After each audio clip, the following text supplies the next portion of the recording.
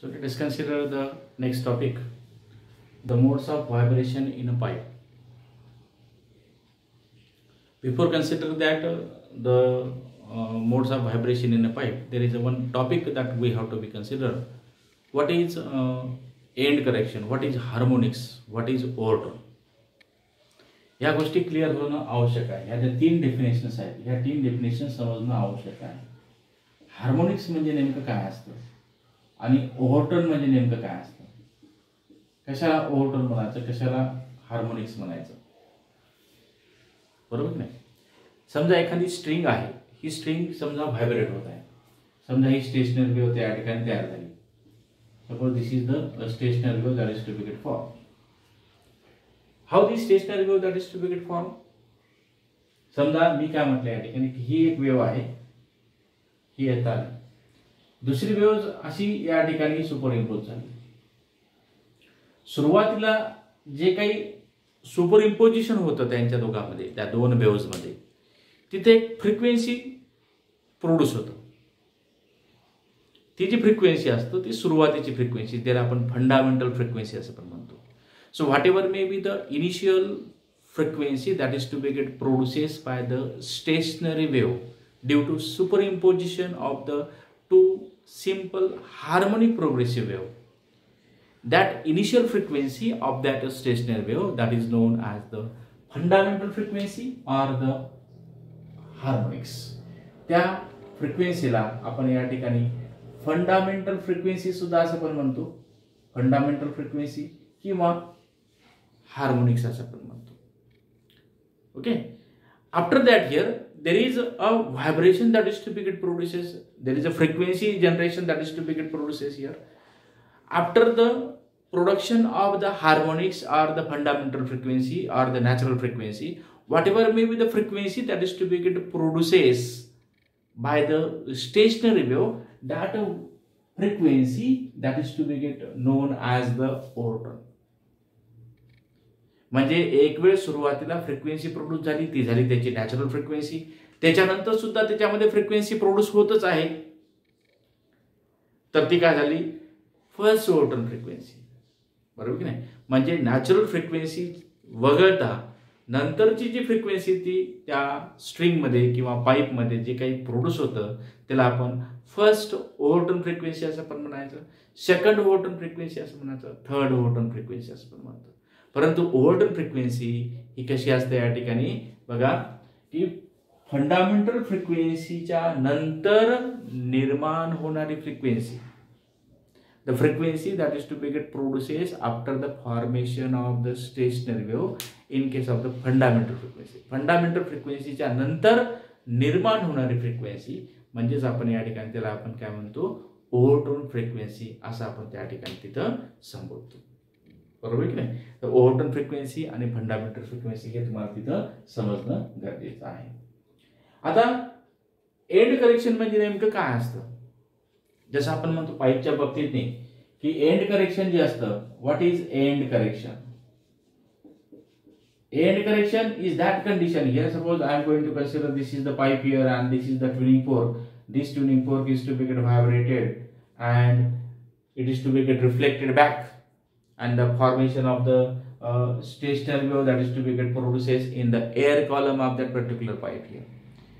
So whatever may be the antinode which is to be get formed, that is not exactly at the open end of the pipe. The antinode that is to be get formed just above the open end of the pipe, this length, extra length that is to be get required in order to form the antinode here, that is known as the end correction. त्याला आपण या ठिकाणी काय म्हणतो, end correction असं आपण त्या ठिकाणी संबोधतो.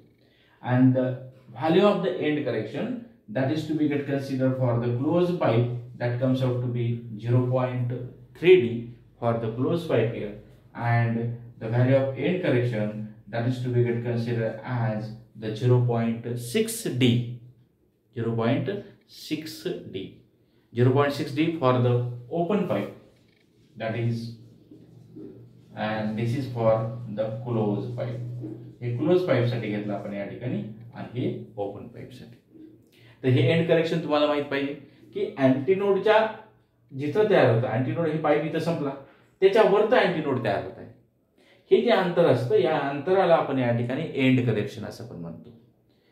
म्हणजे जिथं पाईप संपला तिथंच अँटीनोड तयार होतं असं नाही, त्याच्यात थोडंसं वरतं, बरोबर की नाही, त्याच्यात थोडंसं वरतं. So here in this case here we are going to neglect the concept of the end correction. Okay, आपण निग्लेक्ट जरी केला किंवा कन्सिडर जरी केला तर what are the different modes of vibration in a pipe whenever the pipe is to be closed at one end, open at one end. If the pipe is open at both ends, what are the different modes of vibration of air column that is to be lies in the pipe. ते air column जे असतं त्या pipe मध्ये, ते air column कशा प्रकारे vibrate होतं ते आपल्याला या टॉपिक्स मध्ये आपल्याला या ठिकाणी इथं बघायचं आहे. तर थोडक्यात बघूया आपण या ठिकाणी की क्लोज पाईप मध्ये नेमकं काय होतं. आपण असंच हे डेरिव्हेशन्स आपण या ठिकाणी इथं बघूया.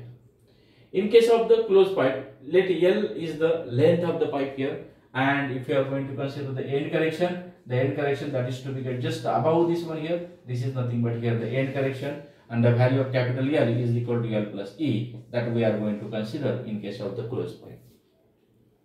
Okay, समजा जर आपण हे capital L ही जर लेंथ घेतली तर total length of the pipe that is to be get considered as the capital L.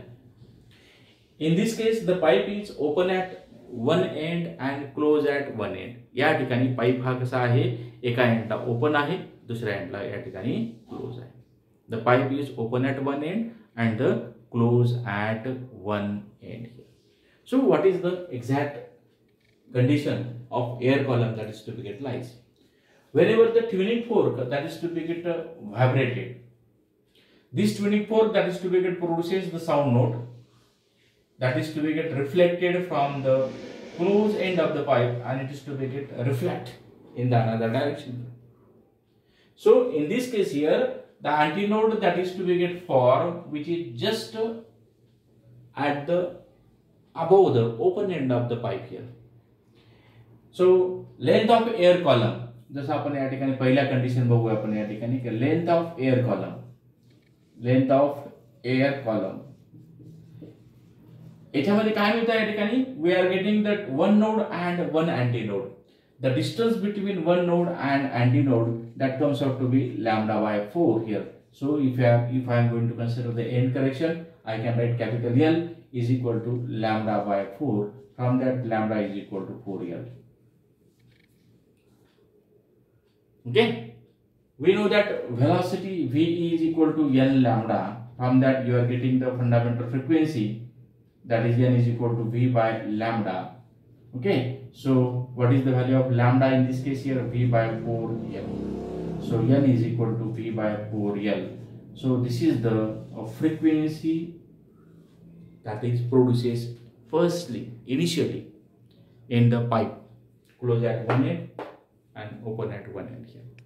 So this frequency that is known as the first harmonic frequency or the fundamental frequency. या फ्रिक्वेन्सीला आपण fundamental frequency म्हणायचं किंवा harmonic frequency, first harmonic frequency असं आपण त्या ठिकाणी तिथं संबोधतो. कारण याच्यामध्ये आपल्याला एकच नोड आणि एकच अँटीनोड आपल्याला या ठिकाणी इथं मिळालेला आहे. दुसरी कंडिशन आपण या ठिकाणी इथं बघूया की दुसऱ्या कंडिशन मध्ये आपल्याला असं लक्षात येतं की दोन नोड तयार होत आहे आणि एक अँटीनोड तयार होत आहे. The length of air column, दुसऱ्या कंडिशन मध्ये लेंथ ऑफ एअर कॉलमचा जर या ठिकाणी इथे विचार केला तर आपल्याला असं लक्षात येतं की दोन नोड आणि एक अँटीनोड तयार होतं. म्हणजे दोन नोड मधलं अंतर हे झालं या ठिकाणी lambda by 2. So L is equal to lambda by 2. याच्यावर लॅम्बडाची किंमत मिळाली आपल्याला या ठिकाणी 2L. बरोबर की नाही. पुन्हा इक्वेशन घ्या, frequency is equal to velocity upon lambda. So I can write V upon 2L. या इक्वेशनला 2 ने मल्टिप्लाय करतो, 2 ने डिवाइड करतो. हे इक्वेशन मला मिळते या ठिकाणी 2V upon 2L is equal to okay, so 2 into V upon 4L. So the equation comes out to be 2 into N1. याला जर मी N1 म्हटलं तर म्हणजे हे झाला N2, that is known as the second harmonic frequency, that is N2 is equal to 2 times N1. N2 is equal to 2 times N1.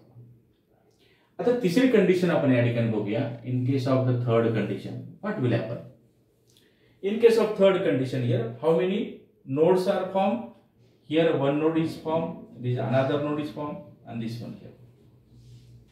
इथं सुद्धा बघा या ठिकाणी सॉरी इथं हे अँटीनोड झालं, हे अँटीनोड झालं, बरोबर की नाही? आणि इथं या ठिकाणी नोड तयार झालं आणि हे नोड तयार झालं. इथं काय होतं या ठिकाणी की 3 अँटीनोड आणि 3 नोड हे त्या ठिकाणी तयार होत आहे. The length of air column, याच्यामधलं अंतर λ/2, याच्यामधलं अंतर λ/2, शेवटचं अंतर जे आहे ते λ/4, म्हणजे लेंथ ऑफ एअर कॉलम. याच्यामध्ये काय मिळतं आपल्याला? λ/2 प्लस λ/4 म्हणजे lambda plus λ/4, so it comes out to be 5 λ/4. त्याच्यावर lambda is equal to 4l/5 असं आपल्याला त्या ठिकाणी इथं लिहिता येतं. म्हणजेच आपण या ठिकाणी काय लिहू शकतो? V is equal to n lambda जर घेतलं, ही थर्ड हार्मोनिक फ्रिक्वेन्सी आहे, N3 is equal to V by lambda जर घेतलं तर V अपॉन 4l/5. तर N3 ची किंमत मिळते मला या ठिकाणी, N3 ची किंमत मला मिळाली या ठिकाणी 5V by 4l. So N3 that comes out to be 5 times N1. Okay, तशाच प्रकारे आपल्याला N4 बरोबर 7 टाइम्स N1 मिळेल, N5 is equal to 9 times N1 मिळेल, N6 is equal to 11 times N1. So only the odd harmonics are present when the pipe is closed at one end and open at one end. जर pipe हा एका एंडला close आहे, एका एंडला open आहे, तर फक्त ऑड हार्मोनिक्स आपल्याला या ठिकाणी इथं पाहायला मिळेल, बरोबर की नाही? तर हे तुम्हाला तिथं समजणं गरजेचं राहील. हे झालं या ठिकाणी if the pipe close at one end here. Okay, note down this one here.